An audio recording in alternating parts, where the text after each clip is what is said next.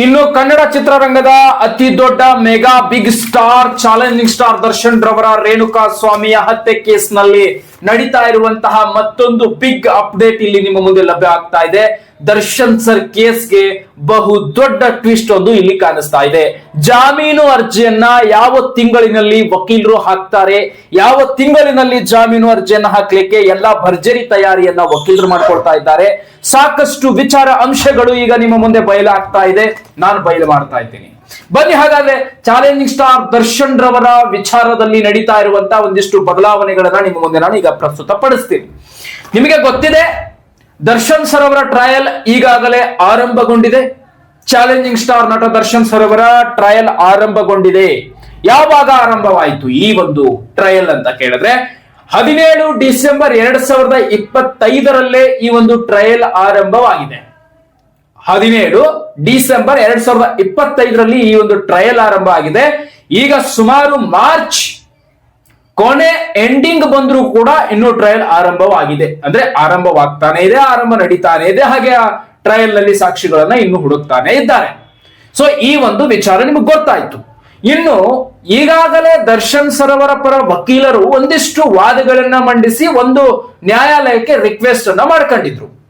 ಅದು ಏನು ಅಂತ ನಾನು ನಿಮಗೆ ಹೇಳ್ತೀನಿ. ಅದೇನಪ್ಪಾ ಅಂದ್ರೆ CRPC. ಈ CRPC ಅಂದ್ರೆ ಏನು? CRPC ಡೇ ಟು ಡೇ ಏನಪ್ಪಾ ಅಂದ್ರೆ ಸೆಕ್ಷನ್ 309 ಅಡಿಯಲ್ಲಿ ದಿನವೂ ಪ್ರತಿದಿನ ಕೂಡ ಟ್ರಯಲ್ ನಡೆಸಬೇಕು ಅಂತ ಹೇಳಿ ಈ ದರ್ಶನ್ ಸರ್ ಪರ ಇರುವಂತಹ ವಕೀಲರು ನ್ಯಾಯಾಲಯದಲ್ಲಿ ಒಂದು ರೀತಿ ಮನವಿಯನ್ನು ಸಲ್ಲಿಸಿದ್ದಾರೆ. ಅಂದ್ರೆ CRPC, ಈ CRPC ಲೆಕ್ಕಾಚಾರ ಏನು ಅಂದ್ರೆ ದಿನವೆಲ್ಲ ಪ್ರತಿದಿನವೂ ಕೂಡ ವಿಳಂಬ ಮಾಡದೆ ಟ್ರಯಲ್ ಅನ್ನ ಆರಂಭಿಸಬೇಕು ಅಂತ ಹೇಳಿ ವಕೀಲರು ಈ ಒಂದು ನ್ಯಾಯಾಲಯಕ್ಕೆ ಮನವಿಯನ್ನ ಸಲ್ಲಿಸಿದ್ರು. ನೋಡಿ, ದರ್ಶನ್ ಸರ್ ಅವರ ಏನು ಒಂದು ವಿಚಾರ ಇದೆ, ಈ CCH ಕೋರ್ಟ್ ನಲ್ಲಿ ಏನು ಒಂದಿಷ್ಟು 57ನೇ CCH ಕೋರ್ಟ್ ನಲ್ಲಿ ನಡೀತಿರ್ತಕ್ಕಂತಹ ತೀರ್ಪುಗಳಾಗಿರ್ಬಹುದು ಅಥವಾ ಅಲ್ಲಿ ಬರ್ತಿರ್ತಕ್ಕಂಥ ಒಂದಿಷ್ಟು ವಿಚಾರಗಳಾಗಿರಬಹುದು, ಇವೆಲ್ಲವನ್ನು ನೋಡಿದಂತಹ ಸಂದರ್ಭದಲ್ಲಿ ದರ್ಶನ್ ಸರ್ ಅವರ ಟ್ರಯಲ್ ವಿಳಂಬವಾಗುತ್ತಿದೆ ಅನ್ನುವಂಥದ್ದು ಮತ್ತಷ್ಟು ನಿಖರವಾಗಿ ಗೊತ್ತಾಗ್ತಾ ಇದೆ. ಯಾಕಂದ್ರೆ ಟ್ರಯಲ್ ಅನ್ನ ದಿನದಿಂದ ದಿನಕ್ಕೆ ಅಂದ್ರೆ ದಿನವೂ ಕೂಡ ಟ್ರಯಲ್ ಆರಂಭವಾಗಬೇಕು ಅನ್ನುವಂಥದ್ದು 309 ಅಡಿಯಲ್ಲಿ ಏನ್ ದರ್ಶನ್ ಸರ್ ಪರವಾಗಿರ್ತಕ್ಕಂಥ ವಕೀಲರು ನ್ಯಾಯಾಲಯಕ್ಕೆ ಮನವಿಯನ್ನ ಮಾಡ್ಕೊಳ್ತಾರೆ. ಆ ನಂತರದಲ್ಲಿ ಟ್ರಯಲ್ ಆರಂಭ ಆಗತ್ತೆ ಅಂದ ಮೇಲೂ ಕೂಡ ದಿನವೆಲ್ಲ ಟ್ರಯಲ್ ನಡೆಯುತ್ತೆ. ಸಾಕ್ಷಿಗಳನ್ನ ಇನ್ನೂ ಕೂಡ ಹುಡುಕ್ತಾರೆ ಇದ್ದಾರೆ. ಇದು ಡಿಸೆಂಬರ್ 17, 2025 ಆರಂಭವಾಗಿದೆ ಟ್ರಯಲ್. ಅಂದ್ರೆ ನೋಡಿ, ಜನವರಿ, ಫೆಬ್ರವರಿ, ಮಾರ್ಚ್ ಅಂದ್ರೆ ಸುಮಾರು ಹತ್ತತ್ರ 4 ತಿಂಗಳುಗಳ ಹತ್ತತ್ರ ಆಗ್ತಾ ಬಂತು. ಈಗ ಟ್ರಯಲ್ ಆರಂಭವಾಗಿ ಇನ್ನೂ ಕೂಡ ಕೊನೆಯ ಹಂತಕ್ಕೆ ಬಂದು ಸಾಕ್ಷಿಗಳಿಲ್ಲಿವೆ ಅಂತ ಹೇಳುವಂತಹ ಟ್ರಯಲ್ ಇನ್ನೂ ಮುಗಿದಿಲ್ಲ, ಅಥವಾ ಟ್ರಯಲ್ ನಲ್ಲಿ ಅಂತಹ ನಿರ್ದಿಷ್ಟ ಸಾಕ್ಷಿಗಳಿವೆಯಾ ಅನ್ನೋದು ಕೂಡ ಇನ್ನೂ ಕನ್ಫರ್ಮ್ ಆಗಿಲ್ಲ. ಇದು ದರ್ಶನ್ ಸರ್ ಅವರ ವಿಚಾರದಲ್ಲಿ ಬರ್ತಾ ಇರುವಂತಹ ಒಂದಿಷ್ಟು ನಿಖರವಾದಂತಹ ವರದಿ. ಈ ವರದಿ ನಿಖರವಾಗಿರ್ತಕ್ಕಂಥ ವರದಿ ಮತ್ತು ಈ ವರದಿ ಬಹಳ ಅತ್ಯುತ್ತಮವಾಗಿ ಸಿಕ್ಕಿರುವಂತಹ ವರದಿ. ಯಾಕಂದ್ರೆ ನಿಮಗೆ ಕಂಪ್ಲೀಟ್ ಆಗಿ ನಾನು ಹೇಳ್ತಾ ಇದ್ದೀನಿ, ಸುಮಾರು 4 ತಿಂಗಳುಗಳ ಕಾಲ ಟ್ರಯಲ್ ಆರಂಭವಾಗಿ ಕಳೆದಿದೆ. ಇದು ನೀವು ನೆನಪಿನಲ್ಲಿ ಇಟ್ಕೊಳ್ಬೇಕಾದ ಮಹತ್ವದ ವಿಷಯ.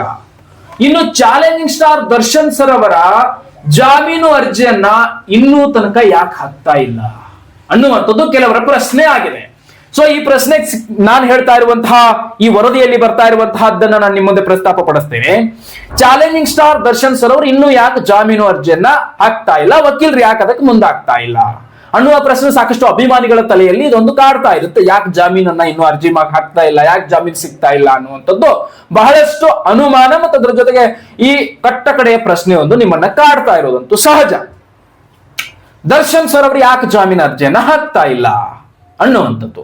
ನೋಡಿ, ದರ್ಶನ್ ಸರ್ ಅವರು ಜಾಮೀನು ಅರ್ಜಿಯನ್ನ ಹಾಕದೇ ಇರೋದಕ್ಕೆ ಸಾಕಷ್ಟು ಕಾರಣಗಳಿದ್ದು, ಟ್ರಯಲ್ ಆರಂಭವಾದಂತಹ ಸಂದರ್ಭದಲ್ಲಿ ಅವರಿಗೆ ಜಾಮೀನು ಅರ್ಜಿಯನ್ನು ಹಾಕ್ಲಿಕ್ಕೆ ಯಾವುದೇ ರೀತಿಯಾದಂತಹ ಒಂದು ಅವಕಾಶವನ್ನ ನ್ಯಾಯಾಲಯ ಮಾಡಿಕೊಟ್ಟಿರೋದಿಲ್ಲ. ಯಾಕಂದ್ರೆ ಟ್ರಯಲ್ ನಡೀತಾ ಇರುತ್ತೆ. ಹಿಂದೆ ಈ ಪವಿತ್ರ ಗೌಡ, ಈ ಕೇಸ್ಗೆ A1 ಆರೋಪಿಯಾಗಿರ್ತಕ್ಕಂತಹ ಪವಿತ್ರ ಗೌಡ ಅವರು ಒಂದು ಜಾಮೀನು ಅರ್ಜಿಯನ್ನ ಹಾಕ್ತಾರೆ.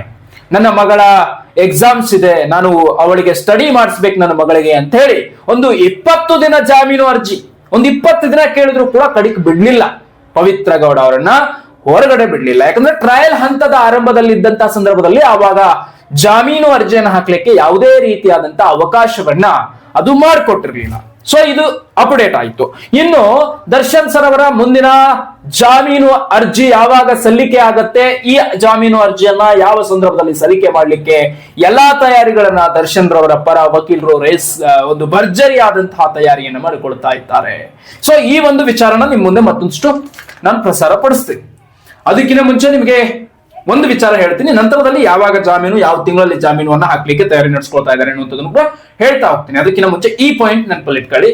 ದರ್ಶನ್ ಸರ್ ಅವರು ಏನು ದಿನದಿಂದ ದಿನಕ್ಕೆ ನಡಿಬೇಕು ಟ್ರಯಲ್ಸ್ ಅಂದ್ರೆ ಯಾಕಂದ್ರೆ ವಿಳಂಬ ಆಗ್ತಾ ಇದೆ ಅನ್ನೋ ಕಾರಣಕ್ಕೆ, ಯಾವ್ದಾದ್ರು ಒಂದು ನಿಗದಿ ಬರ್ಲಿ, ಸಾಕ್ಷಿಗಳು ಬೇಗ ಸಿಕ್ಬಿಡ್ಲಿ ಅನ್ನೋ ಕಾರಣಕ್ಕೆ ಏನ್ ಡೇ ಟು ಡೇ 309 ಅಡಿಯಲ್ಲಿ ಇವರು ಒಂದು ರಿಕ್ವೆಸ್ಟ್ ಅನ್ನ ಮಾಡ್ಕೊಂಡಿದ್ರು, ದಿನದಿಂದ ದಿನಕ್ಕೆ ಈ ಟ್ರಯಲ್ ನಡಿಬೇಕು ಅಂತ ಹೇಳಿ. ಈ ಟ್ರಯಲ್ ನಡೀತಾ ಇದೆಯಾ ದಿನದಿಂದ ದಿನಕ್ಕೆ ಅನ್ನೋದು ಕೂಡ ಕುತೂಹಲಕಾರಿ ವಿಚಾರ ಮೂಡಿಸಿದೆ.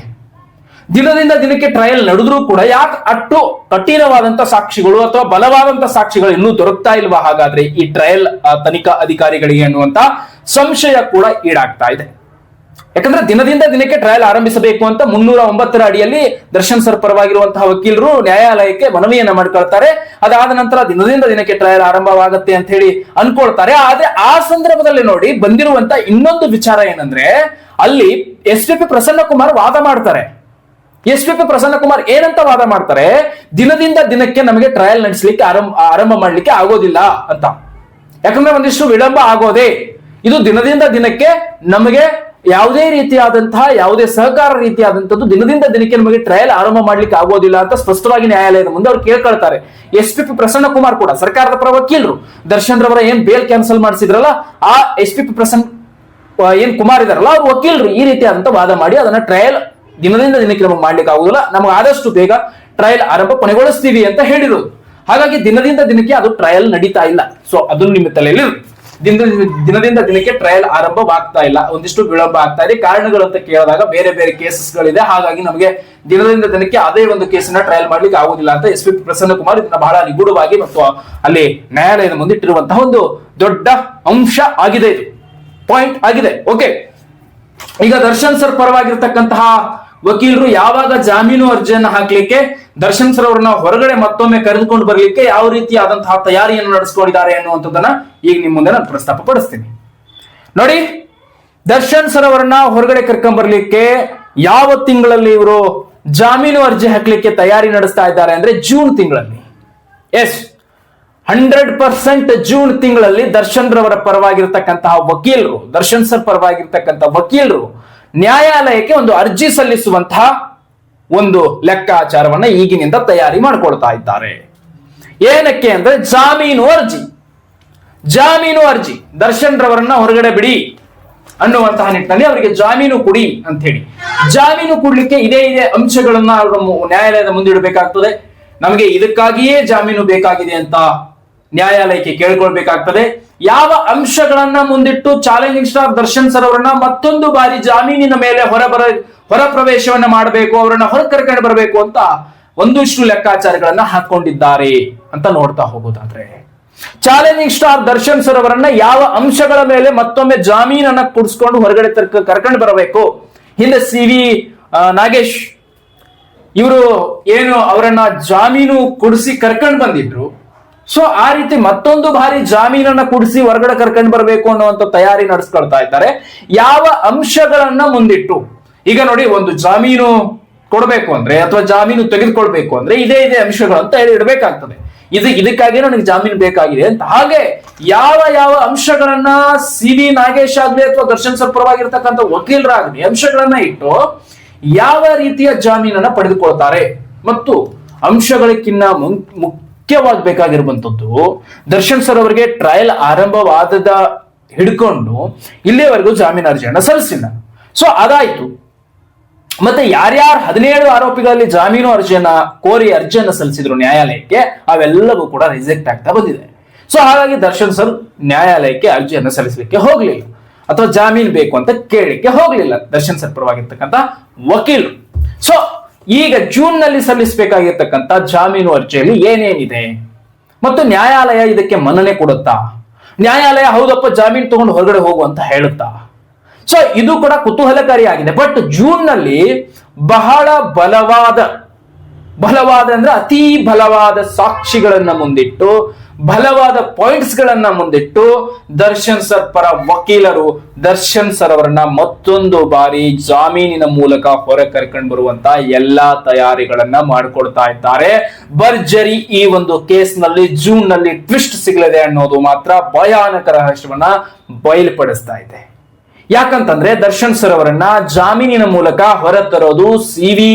ನಾಗೇಶ್ ಆಗಿರಬಹುದು ಅಥವಾ ಡಿ.ಎಸ್. ಸುಧನ್ವಾ ಆಗಿರಬಹುದು, ಸಾಕಷ್ಟು ವಕೀಲರ ತಯಾರಿಗಳು ಈಗ ನಡೀತಾ ಇದೆ. ಆದ್ರೆ ಆ ಕಡೆ ಬೇಲ್ ಕ್ಯಾನ್ಸಲ್ ಮಾಡಿಸಬೇಕು, ಯಾವ ರೀತಿ ಆದ್ರೂ ಇವರಿಗೆ ಜಾಮೀನು ಕೊಡಿಸಬಾರ್ದು ಅಂತ ಎಸ್.ಪಿ.ಪಿ. ಪ್ರಸನ್ನ ಕುಮಾರ್ ಆ ಕಡೆ ಕೂಡ ತಯಾರಿ ನಡೆಸಿಕೊಂಡಿದ್ದಾರೆ ಎನ್ನುವ ಮಾಹಿತಿಯ ವರದಿ ಕೂಡ ಬಂದು ತಲುಪ್ತಾ ಇದೆ.